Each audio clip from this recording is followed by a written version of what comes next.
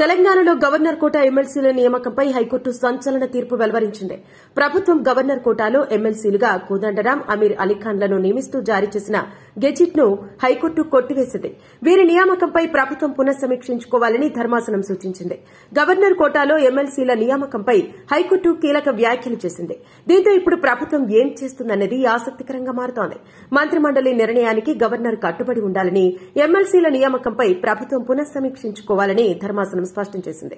Kodandaram, Aamir అలీఖాన్లను governor కోటాలో ఎమ్మెల్సీలుగా నియమించడంపై BRS నేత దాసోజు శ్రవణ్ హైకోర్టులో పిటిషన్ దాఖలు చేశారు.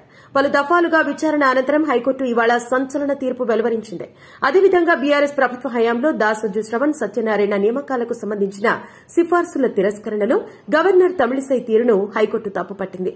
వీరి ఎన్నికను పునః పరిశీలించాలని గవర్నర్ను కోర్టు ఆదేశించింది.